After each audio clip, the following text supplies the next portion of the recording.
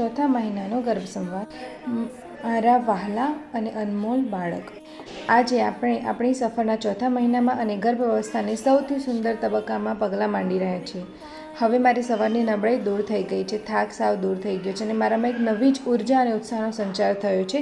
મને હવે અહેસાસ થઈ રહ્યો છે કે માતૃત્વની આ સફર કેટલી અદ્ભુત. મારા નાનકડા જીવ, મને જાણવા મળ્યું છે કે હવે તારા કાનોનો વિકાસ થઈ રહ્યો છે અને તું ધીમે ધીમે બહારના અવાજો સાંભળવા લાગ્યો છે. આ જાણીને મને કેટલી ખુશી થઈ છે એવું તને શબ્દોમાં નથી કહી શકતી.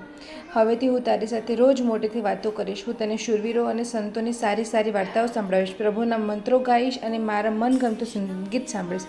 મને ખબર છે કે મારો અવાજ તને દુનિયામાં સૌથી વધુ શાંતિ અને સુરક્ષાનો અહેસાસ કરાવશે. તું ધીમે ધીમે મોટો થઈ રહ્યો છે અને હવે તો તારા ચહેરા પર હાવભાવ પણ બનવા લાગે છે. હું આતુરતાથી એ દિવસની રાહ જોઉં છું જ્યારે તું મારી અંદર હળવું હલનચલન કરીશ. તારો એ પહેલો સ્પર્શ અનુભવવા માટે હું ખૂબ જ અધીર બન્યું છે.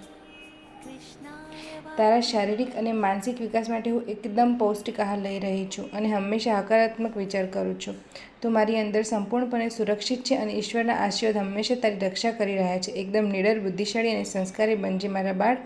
આમ જ હસતો અને રમતો વિકાસ પામતો રહેજે. કાલે આપણે ફરીથી નવી વાર્તા સાથે વાતો કરીશું. તારી વહાલી મમ્મી.